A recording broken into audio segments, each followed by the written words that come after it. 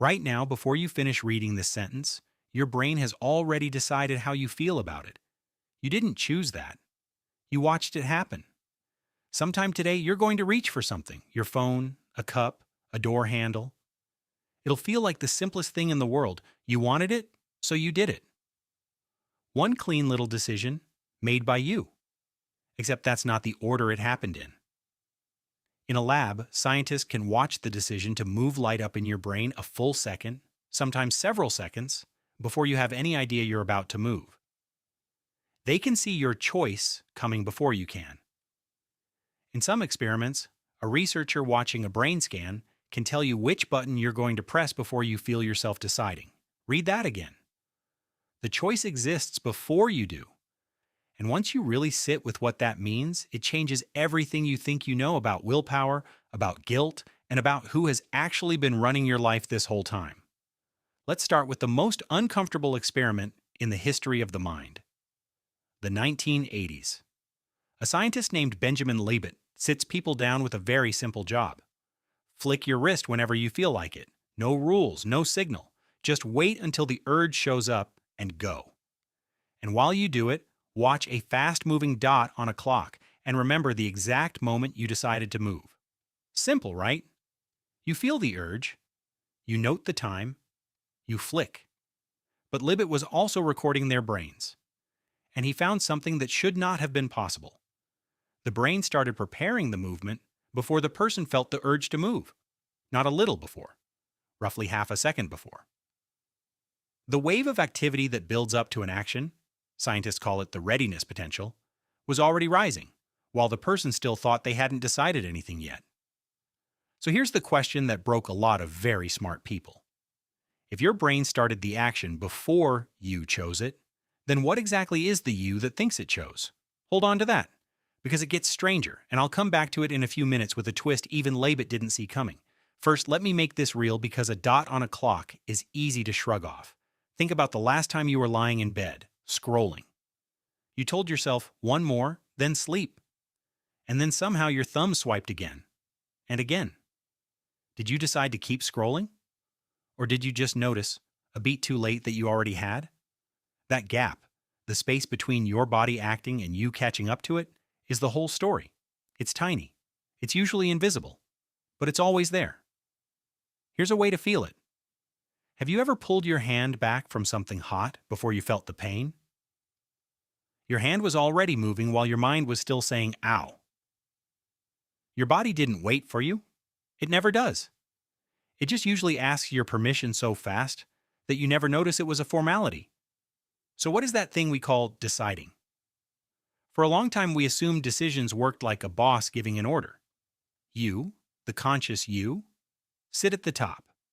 You weigh the options, you pick one, and your body obeys. Clean chain of command. But the brain doesn't have a boss.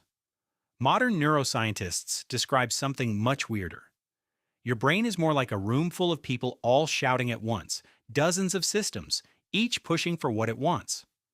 Hunger wants food, fear wants safety, habit wants the usual, boredom wants your phone. These signals build and compete below the surface, in the dark, long before you hear about any of it. And the version of you that feels in charge? That shows up at the end. Not to make the decision, to be told about it.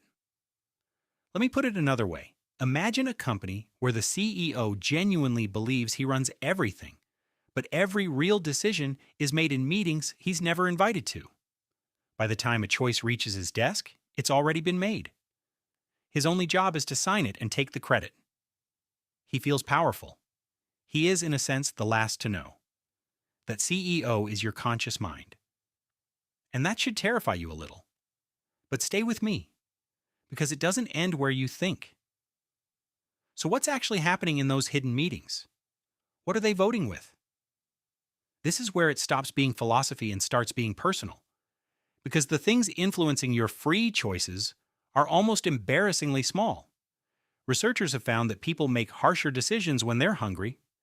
Judges have been shown to rule more severely right before lunch than right after. Same case. Same evidence. Different blood sugar. The judge felt like he was weighing justice. His body was weighing whether it wanted a sandwich. You've lived this. Ever snapped at someone you love, and only later realized, I was just tired, I was hungry. That wasn't really me. Here's the unsettling part. What if that was you? Exactly as much as any other moment is. What if the real you, making calm, rational choices, is the illusion, and the hungry, tired, reactive you is closer to how the machine actually runs? And here's a detail that hides in plain sight. The choices you're proudest of, the disciplined ones, those also came from underneath. When you resisted the second slice of cake, that wasn't a pure act of will floating above your biology. That was one set of brain signals outshouting another. You didn't rise above the machine. The machine just happened to vote your way that time. Now, let me tell you about the villain in this story.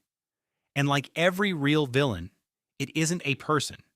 It's an idea we were handed so early, we never questioned it. The idea is this: that you are a single, unified thing sitting behind your eyes, pulling the levers. We inherited that picture from thousands of years of stories: a soul in a body, a driver in a car, a ghost in a machine. It feels obviously true. You feel like one continuous you. But that feeling of being one unified chooser might be the single most convincing thing your brain has ever produced. Not because it's real, because believing it is useful. Think about it. A brain that could tell a clean story: I saw, I decided, I acted, could plan, could explain itself to others, could be trusted. The story of the self is a survival tool. It's so good at its job that you're using it right now to feel like the one reading this, rather than a brain that lit up with recognition a half second before you noticed. And here's where I keep my promise. The twist Libet's experiment left behind. Because for decades people used it to declare free will dead. Your brain decides you don't, game over. But look closer at what he actually found. Yes, the urge to move rose before people were aware of it, but Libet noticed something else. In the gap between the urge and the action, people could still stop.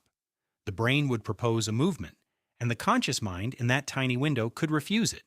He called it free won't. Sit with that. You may not author every impulse that bubbles up.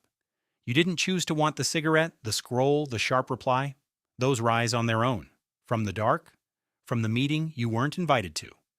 But there is a sliver of a moment, after the impulse, before the act, where a no can land.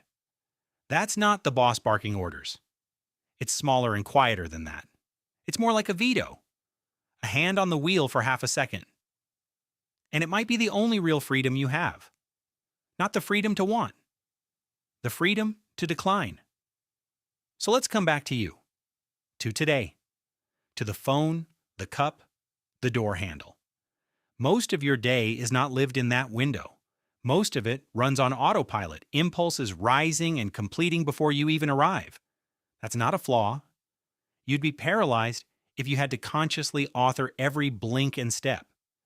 The autopilot is a gift. But it means the question isn't, am I in control? You're mostly not, and that's fine. The real question is sharper. When the impulse rises, the one you'll regret, the one that isn't taking you where you want to go, will you be awake in that half second? Or will you find out you already acted, a beat too late, like every night you told yourself one more and swiped again? Because here's the honest thing, and I'll say it plainly. I don't fully know who's choosing in me either. Nobody does. When I decide to be patient instead of sharp, I can't tell you whether I chose it or whether the patient signal just won that round. That uncertainty used to scare me. Now it does something else. It makes me pay attention to the only moment that might actually be mine. So think about tomorrow morning, the way it always goes. The alarm. The reach for the phone before your eyes are even open. The hour that vanishes. You'll swear you chose all of it. You chose almost none of it. Your hand moved and your story caught up and stitched the word decided over the top. The way it always does. The way it's doing right now. We spend our whole lives certain we're the driver. Most of the time, we're just the passenger who's very good at pretending he's steering. And the one thing that's actually yours, that half second where you could say no, is the thing you're most likely to sleep through.